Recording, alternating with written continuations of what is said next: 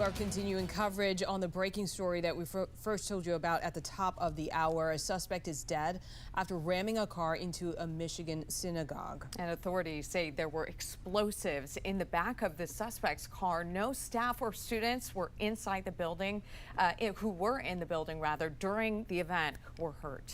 That's right. And joining us now is Senior Director of Strategic Partnerships at UVA and former MPD Assistant Chief Joshual Edenhimer. Thank you so much for joining us today. Thank you for having me. So just to recap, so much has happened today. In Norfolk, Virginia, we had the active shooter on the campus of ODU. We just learned minutes ago of his link to ISIS. And then today in Michigan, as you know, shooting at a synagogue. We're waiting to learn more about a motive there. There's still, of course, a lot to learn about both of these cases. What is your take on the current threat environment? Well, I think you have to consider the rhetoric related to the war. This is anti-American rhetoric that's been coming out, and certainly anti-Jewish rhetoric that's been coming out. You just mentioned Old Dominion. You mentioned this in Michigan.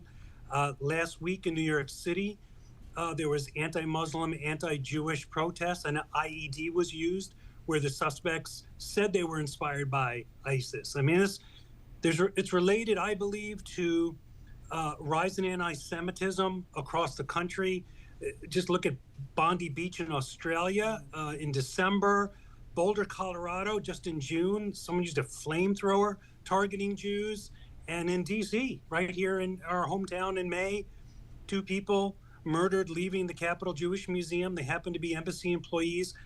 I think these are real threats against Jewish institutions and possibly even Muslim institutions going forward. Yeah, and we're seeing what appears to be a pattern of these lone wolf attacks hitting schools, places of worship. What more can those places, so-called soft targets, do to fortify?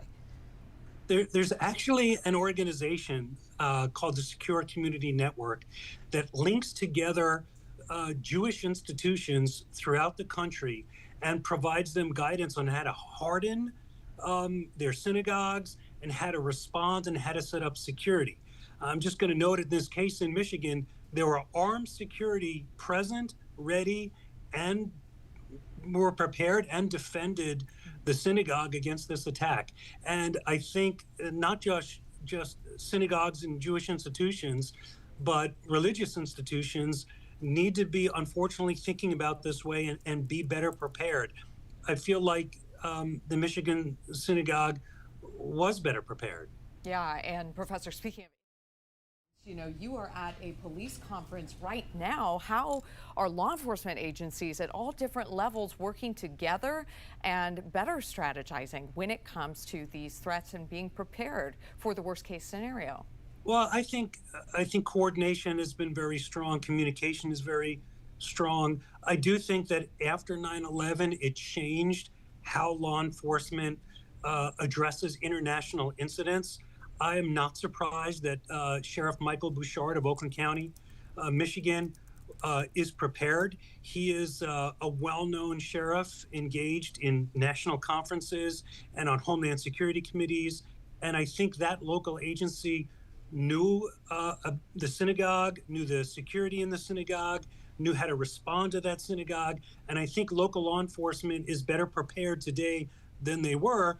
Unfortunately, it's because the threats are higher and more significant. Yeah, when we talk about those preparations, there's the law enforcement side, there's also the individual, every one of us on a daily basis. How can we all better prepare to be on alert, and what can we watch for?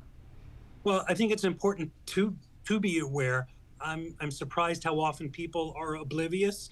Think of something as basic as leaving change or a wallet or a phone in plain view in your car or on a restaurant table. And then they get stolen or there's a break-in.